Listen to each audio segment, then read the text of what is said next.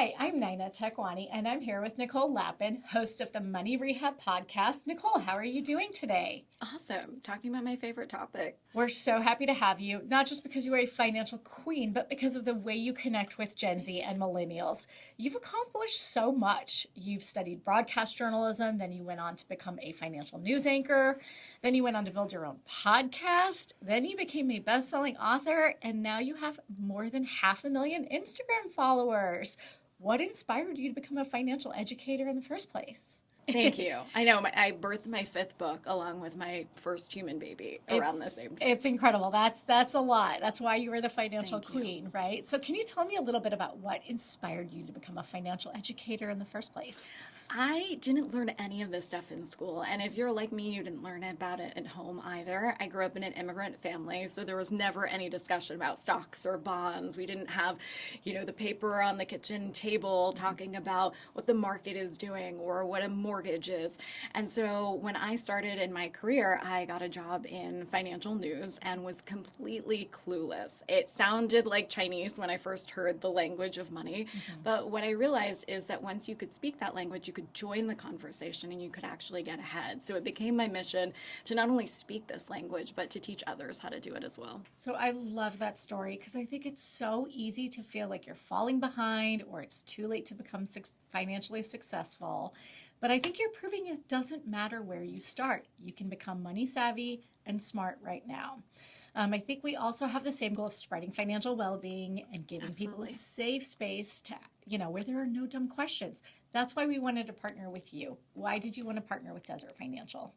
I've always been a huge believer in credit unions because credit unions have always put people before profits. I have personally banked with credit unions for years because I love everything that credit unions stand for. Lower fees, better rates, an actual commitment to helping members and even calling them members thrive. So I think Desert Financial in particular aligns with all of my missions of making financial literacy and education accessible and empowering people to take control of their finances. It's not just banking, it's financial freedom. And I love that we're both here to help people make smarter, more informed money moves. So I, love that you've touched on some of the highlights of why credit unions are important, but I really want to dig a little bit deeper into that. What are some of your favorite things about credit unions? My favorite things are the lower fees. Who doesn't love lower fees? Better rates. I think big banks really focus on their shareholders and they're all about making money for shareholders, but credit unions reinvest in their members. So you see benefits in tangible ways. And so if you're looking at a loan, let's say, you could potentially get a break, whether it's on your car loan or your home loan or a personal loan or a business loan. And so that's real money. That's real savings that you could potentially see. And it's not just about the numbers. I just personally love the community vibes because I think that this is such a scary topic to begin with that, you don't need any more hurdles standing in your way to actually getting your financial life together and achieving real long-lasting wealth. And so I think when you go in and see a human who cares about you and cares about your future and your goals, I think that motivates you even more. It's so true. At Desert Financial, we're always looking for ways to give back to our members and really support them in their financial needs. One of the ways we do that is through our annual member give back bonus. It's an annual cash bonus for members who have the strongest relationships with us. They swipe their debit cards. You can get a loan with a credit union that can help you attain those rewards. Or you can bank with us for 20 years or more, and that will also help boost that awesome. give back bonus. Did you know earlier this year we gave back $16 million to our members? How do you think something like that can help members? Well, I love that because banking with a credit union literally pays off. You guys are putting your money where your mouth is. And so instead of, sharing profits with shareholders, credit unions, the fact that they give back to their members is a huge benefit because, once you get that type of money, not only can it pay down debt potentially, but it can also go toward your emergency fund. And these small financial wins, they don't have to be huge. It's the small steps, it's the baby steps that will get you to the finish line. So when someone gets a bonus or some extra money, what do you recommend they do with that? It depends on your financial situation, but I think, found money could be fun money. It just is important to make sure that you have your whole financial life in order before you go there. So make sure you're investing in yourself. That pays most dividends later on. Look at where you can grow your money. So whether it's contributing to a retirement account like an IRA, or putting it in an investment account with an ETF or a mutual fund potentially, and we can double click on that if you want. I think it's important to make sure you have all of those fronts covered, but of course enjoy a little. That's why we work so hard for our money. I think it personally should return the favor. I love that. So I know you talked a little bit about how you should be using your extra money, but I want to take it back a couple of steps. You host your podcast called Money Rehab, which is perfectly named because so many people have trouble getting ahead. So for everyone who's struggling to catch up, what are some of the best ways and first steps to rehab their money management skills? Well, thank you. I think the first step to any recovery is admitting you have a problem, and we all have issues. I think the only one you can't fix is the one you don't admit you have. And so it's important to have conversations like this to really open up the dialogue, and also, look in the mirror and see what are the specific things that you could be working on yourself. And whether it's that financial safety net, I know it's not fun, sexy, and exciting, but it's really important to make sure you have at least 3 to 6 months of bare bones expenses. I think of it as a brown rice and beans budget, because when I was completely broke, that's what I lived off because it felt fancier than ramen.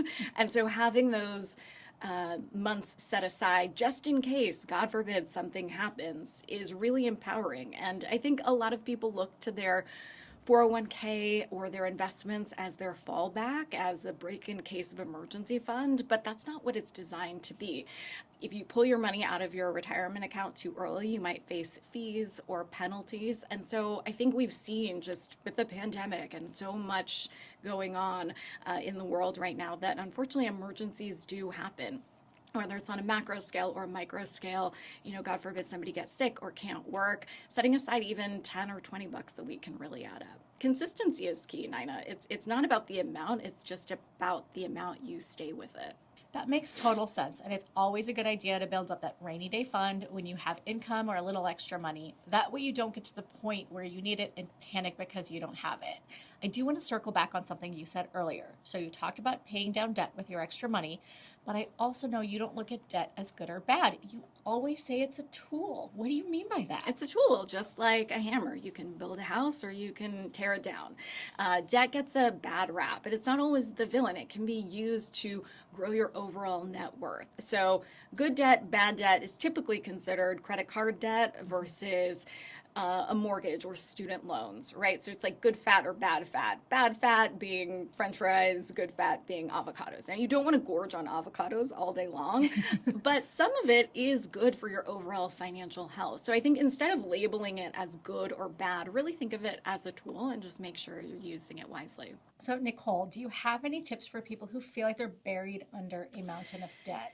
Yes, and speaking of the mountain, there are 2 types of repayment strategies: the avalanche method and the snowball method. I personally like the avalanche method. This strategy prioritizes paying off highest interest rate debt first, because I think that interest is the real enemy here, and you want to tackle the one that is growing quicker. So let's break it down. If you have credit card debt at 23% and a car note at 6%, you want to pay off the 23% interest rate first before moving down to the others. So what you're saying is it's more important to pay something that has that higher interest rate, right? So if you have the $100 extra, you put it to the one that has the 23% interest rate, because that's growing a lot faster. Absolutely. And let's say you have $100 and that 6% debt is magically $100, and you're like, cool, I'll just take that $100 and I'll pay off that debt and I'm done with that debt. It's actually wiser to put that $100 toward the higher interest rate debt, because that's going to grow much more quickly than the 6%. I love that idea. I also think that paying off high interest debt can be incredibly empowering. Debt can feel suffocating, but paying it off can really lift a weight off of your shoulders and make you feel more financially free. That is something we really push for at Desert Financial. We want every one of our members to be financially free, because you said money can't buy happiness, but it can bring you some comfort and stability, or give you the chance to buy and do things that can bring you happiness. Now, I want to talk about something you mentioned in your podcast and in your books. You call it making money while you sleep. And let me tell you, as a mom with young kids, with a busy career, I am very intrigued by that. Are you sleeping though? No, I get barely any sleep these days. Let's be real. But, tell me a little bit more about making money when you sleep, how building passive income streams and earning compound interest can really make a difference long term. What are some of the best ways you can do that? Maybe I should rebrand it to making money while you're daydreaming for the new moms out there, like myself. I love this idea of compound interest because I think it's a secret weapon to growing wealth. It's interest on top of interest. It's where the magic happens. It's where your money can work for you. And we work so hard for our money that I think it should return the favor. I think of simple interest like a Vespa, and I think of compound interest like a Lamborghini. You get to the same place, but one gets you there way faster. Albert Einstein called compound interest the eighth wonder of the world. So if you're not earning compound interest, you're paying for it. So it's that same force where I felt crushed by credit card debt because of the compound interest that was working against me, but you can use that same force in your favor to grow your money. So savings certificates where you lock in a rate, let compound interest do its thing, money market accounts, great places to park your cash, but also have liquidity and access to that money when you need it, or investing in the market where you can take advantage of long-term compound growth in the market. Stocks, ETFs, index funds can give you exposure to the power of time and the power of interest working in your favor. This is so exciting. So having a few different ways to boost your savings also sounds like a great way to set yourself up for retirement, especially when you're young, because that money has more time to compound over and over again. And I think it's so important to remember that the longer you wait to get started, the more you sacrifice on the back end of your career. So you aren't losing out on those months of compounding when you're 30. You're losing out on months when you're 65 or 67 and that interest is at its highest. Yeah, exactly. So the earlier you start, the better. I think we all wish we started earlier, but today is as good a day as any. So the earlier you start, the less heavy lifting you have to do. And here's a crazy stat just to put this in perspective. If you start investing at 25 and you put away just $200 a month, assuming a 10% annual return, you'll hit $1 million by retirement. But if you wait 20 years until you're 45, you will have had to put in $1,500 a month to reach the very same goal. So the math is clear. It's not about having the most money. It's having the most time possible.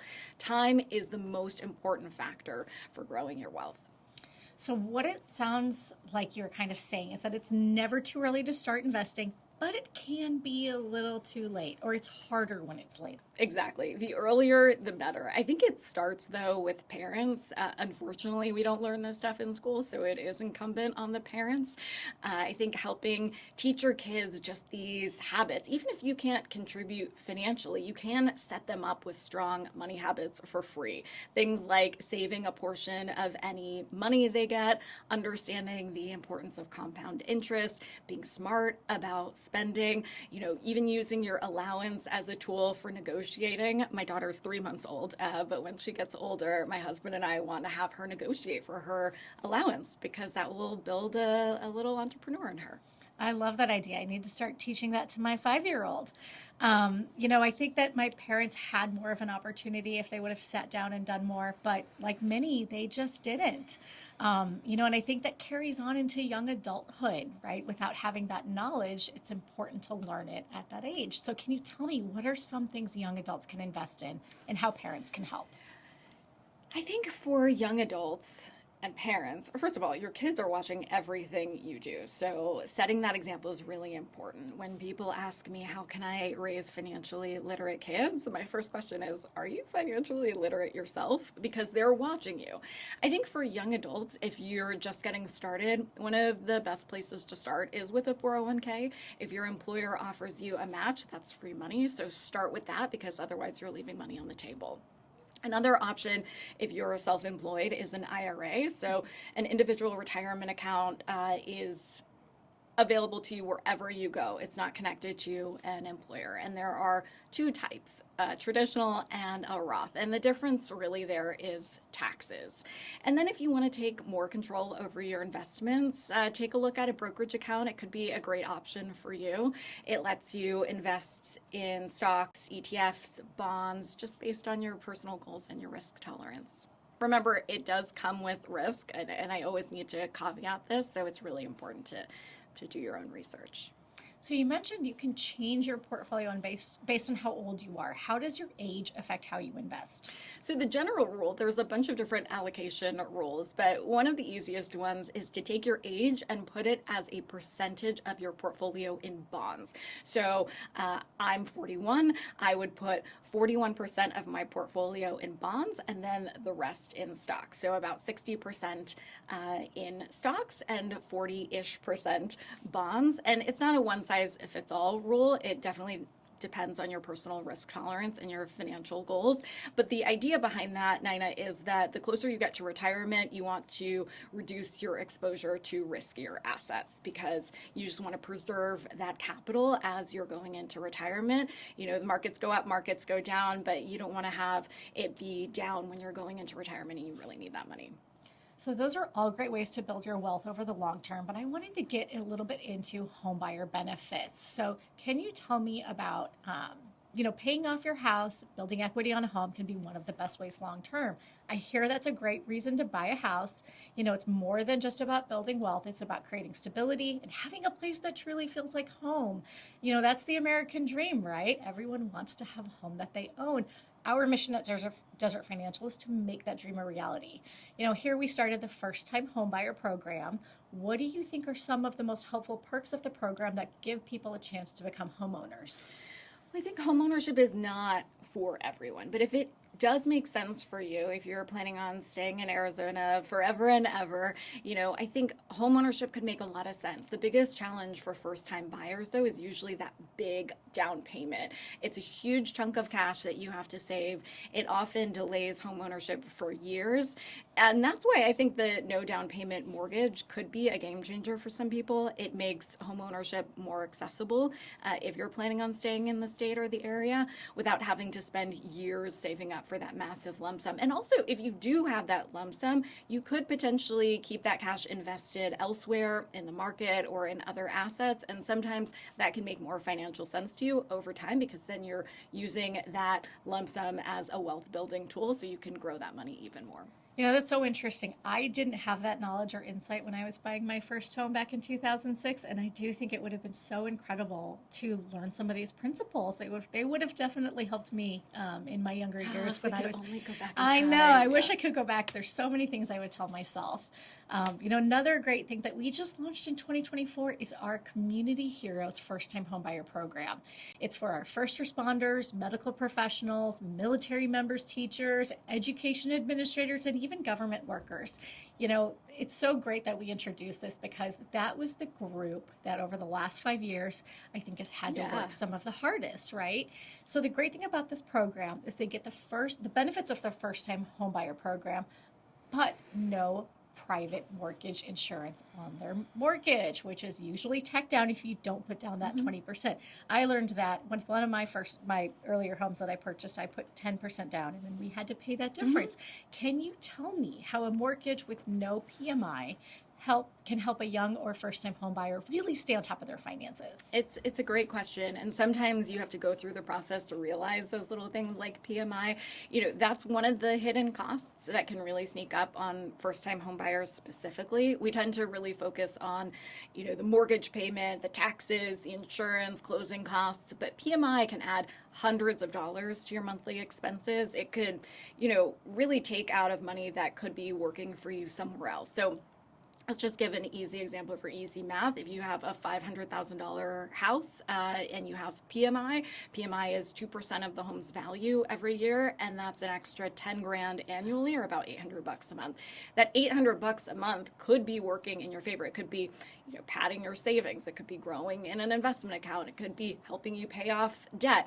It could be going to a lot of other things. So instead of going to the lender, you could use it to grow your overall wealth for you and your family. The the fact that this program eliminates PMI, I think, is really a game changer. It frees up so much cash flow that you could use to build wealth somewhere else. So I think that's a huge win-win for first-time home buyers. I wish I would have had access to something like that when I had to pay PMI. For many, like us, it was unexpected. It was a hard experience, and we had to just learn how to navigate our finances with that added cost because we weren't prepared with that. And you don't get it back. You don't. So I want to shift gears a little bit and, talk about kids. Kids is a hot topic in my world, and I know it's now a new hot topic in yours. It's the phase of life we are in, right? So you're online every single day helping people manage their money, learn how to invest, how to become financially independent, but you're also a new mom. Like I mentioned, brand new, right? I'm a mom. I love my job, but I definitely, especially being in this industry, want to raise my kids, and being their mom is the most rewarding thing ever. But at the same time, I want to give them everything that really sets them up to become good, smart people.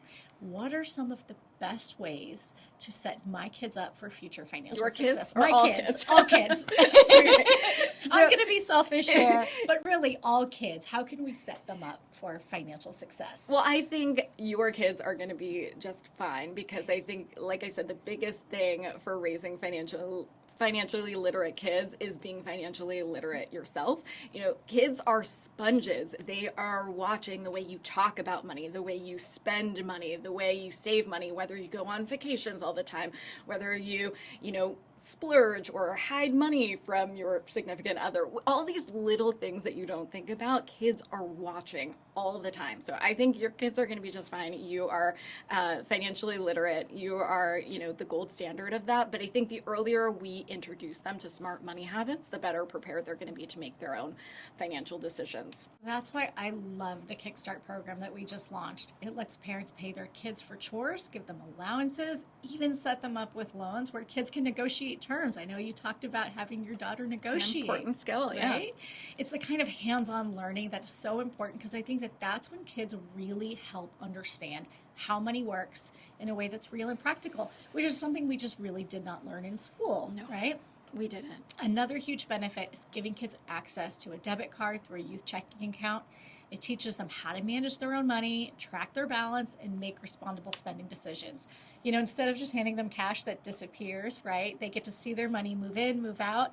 And I know kids are so into the digital age, something that I didn't grow up with, but they can literally look on a phone and see, what's happening with their money. And I think that helps make them more mindful about their spending. I think so too. I think the program is really fun and it gamifies the whole thing. I really like that the program offers trophies for financial milestones. I think it keeps kids engaged in this day and age into this game. And I think that's the best way to get kids excited about money and financial literacy early on because it really shouldn't be intimidating. I totally agree. I want to get a little bit more in depth on this topic about kids. There's something that many of us have heard of. I did start them, but 529 plans, it's a popular topic, but I don't think people know enough about how it can have an impact. Can you tell parents about how this can set their kids up for success? Sure. The 529 plan is specifically designed for education savings. It now is able to roll over to a Roth IRA. We can talk about that if you want. But basically, you contribute after-tax money. It grows tax-free. And as long as you use it for qualifying educational expenses, you don't pay tax on withdrawals. So it's a great way to save for college without Uncle Sam taking a cut of your investment growth. And I also hear there's a custodial Roth IRA option. Can you tell me a little bit more about that? Yeah, custodial Roth IRAs are a long-term play for your kid. It's basically a retirement account for your child. So the custodial part is that you are holding it for your kid for later on. The earlier you start, the more compound interest has time to do its thing. If your child has any earned income, so this is an important part of this, they have to actually be making the money. So whether it's a summer job, or if you have a small business and they're doing something for your small business, whether it's marketing or helping around in the office, then they're eligible to contribute.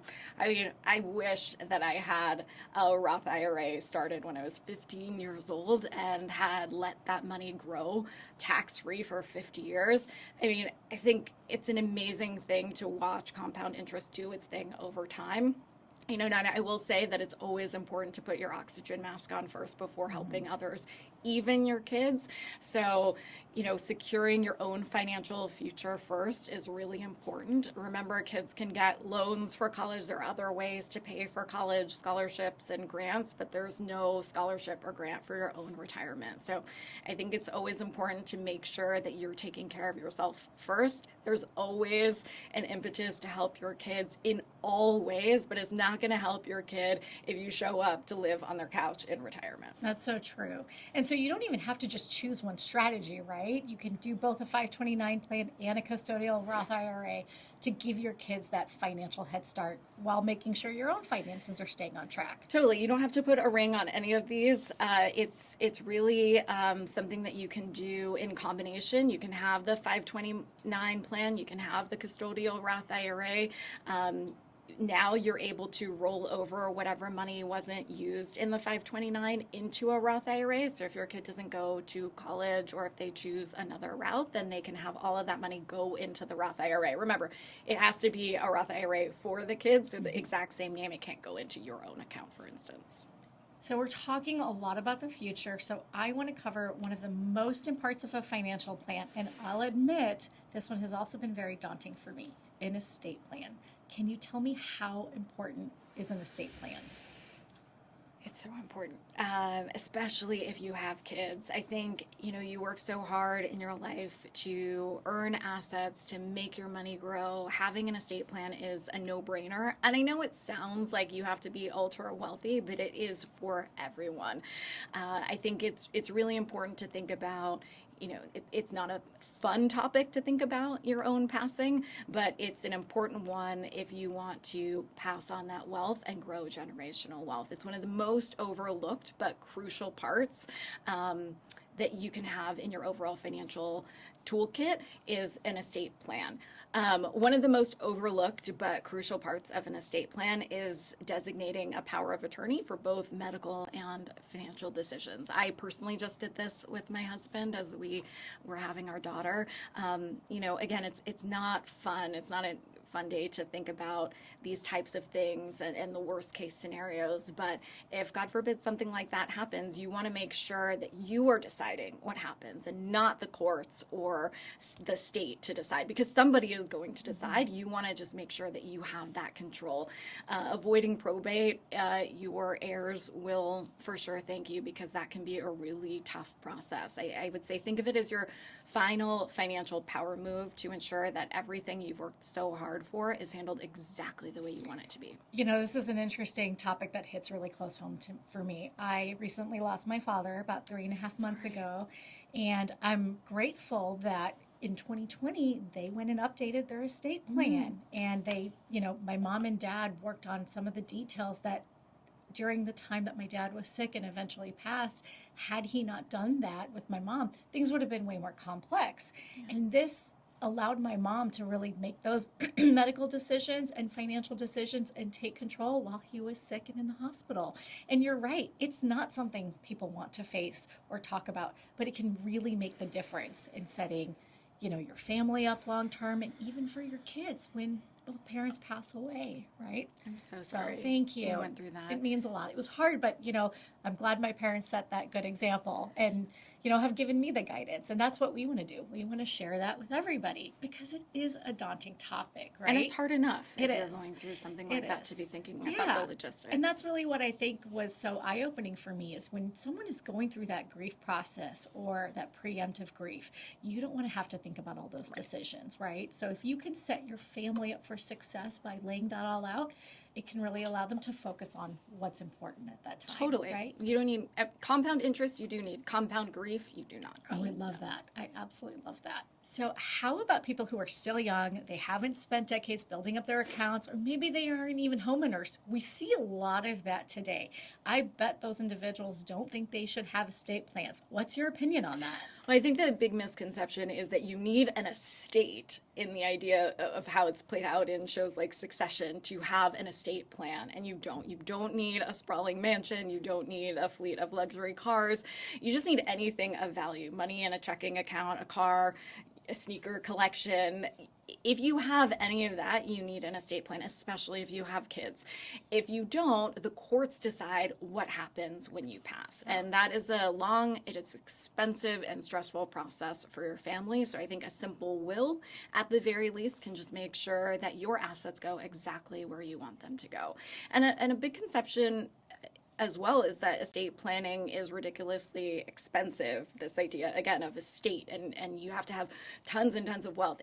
It's not always the case. A lot of credit unions, financial institutions offer discounts for legal services, and having that in the long run, having a will, a trust in place, if that makes sense for your family, will save a lot of time. It will save a lot of money, and you definitely want to avoid probate court. If you haven't had that experience, just trust me on that one. It's funny you should say no matter what you have, because I have a little game for you. Oh. It's two truths and a lie, but they're stories about things people have put in their wills, and you have to guess which one is fake. Are you ready? I'm ready. So the first one is someone who has tied up more than $1 million to take care of their cats, and their heirs would get nothing until all 12 of the cats passed. Next is someone who buried a key to their front door somewhere on their 50-acre property, and the first one of their 8 children to find it gets the deed to the house. Finally, for number 3, these are crazy, right? Someone who wanted their head cryogenically frozen just in case someday technology became advanced enough to build them a new body. Which do you think are real and which one is made up? There's 2 of them that are true. 2 are true Out of those 3. Okay, well, the cryogenics thing I think is real. It was rumored that Walt Disney froze himself. That's not true. Ted Williams did freeze his head, so that's somewhere in a cryo chamber. So that potentially could be a truth. The leaving the money to your cats is also real. We just did a podcast about Leona Helmsley, who famously left $12 million to her dog. Wow. So maybe that's real. I would say the lie is the scavenger hunt, which kind of reminds me of like a Willy Wonka type of experience. And I could just imagine the legal implications for the 7 kids that didn't find the money. That's like lawsuit palooza. It does. So it really sounds like it. Yeah, I think that's the one. You know, it's I didn't look that up. So we talked a little bit about investing earlier, but I want to get your thoughts on a few things. First, I know you believe heavily in investing. You talk about it on your your books, your shows, your interviews, every day. Everywhere, right? Yeah. So you even share some of your favorite investing strategies, tickers, and platforms you use to invest. What's your best advice for someone who's just getting started in the investing world? I know it can be scary, but it really doesn't have to be. I do believe investing is one of the best ways to maximize your money. The number one thing I always advise before even thinking about this is to read and research and know exactly what you're investing in, why you're doing it, know the rules so that you can win the game.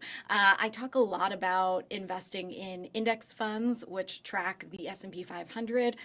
You'll hear a lot of fund managers, whether mutual funds or hedge fund managers, talk about how their portfolios are the very best and they beat the market all the time. The truth is the S&P 500 has historically outperformed almost everything in the long term, and everybody for that matter. So calling it an index fund or even naming it the S&P 500 might sound scary and jargony. But really what that means is that you're investing in a big basket of stocks, the 500 biggest, most powerful companies in America. It includes companies that you are maybe a customer of, that you see every day: Apple, Microsoft, Amazon, Google, a lot more. A lot of times investing in a big basket of stocks will lower your risk because you're not just counting on one specific company. If one of those companies takes a dive while the other ones stay the same or even rise, it hurts a little less because you have your money basically spread out in a lot of different baskets. It's important to know that you can't invest directly into an index, but you can invest in ETFs or exchange traded funds that track the index. So essentially, ETFs are put together by investment companies to give people a chance to put their money into what mimics that index, what that index is doing. And one of my favorite things about ETFs is that you don't have to buy the whole share. You can just buy a fraction of a share. You can buy it for as little as $10 if you want. So I love that you can buy in for such a little amount of money, which makes it easier for many people to get involved. It also functions really similarly to a stock, which I think is convenient. Exactly. You don't need a lot of money to start. And so having no terms there, if you see a price that you like, you can buy. You can buy a very little amount, test the waters if you want. If you already own shares of an ETF and it reaches a certain price that you want to sell and make a profit, you can. One of the things that you should know is that ETFs do have fees. They're usually lower than things like mutual funds or hedge funds because they're passively managed. So somebody is not actively choosing investments to put in there. They're tracking the overall index. So that means it comes with a much lower fee. One of the things that you should know is that ETFs do have a fee. They're much lower than hedge funds or mutual funds because they're passively managed. They usually match the index and just let it ride. So when you're looking at mutual funds, sometimes that could be a whole percentage point or higher, but ETF management fees are usually around 0.5%. Some of the bigger funds actually can be like 0.02% or 2 basis points if they have a huge pool of investors. Well, that's good to know. So I just want to do kind of like a side-by-side comparison. So we talked about ETFs and index funds. Can you kind of simply communicate the difference between the two? Well, I would think of an index fund as the overall umbrella. So index funds come in 2 different varieties, mutual funds and ETFs. So ETFs function kind of like a stock. You can buy and sell during market hours. The mutual fund variety, you can only buy once a day.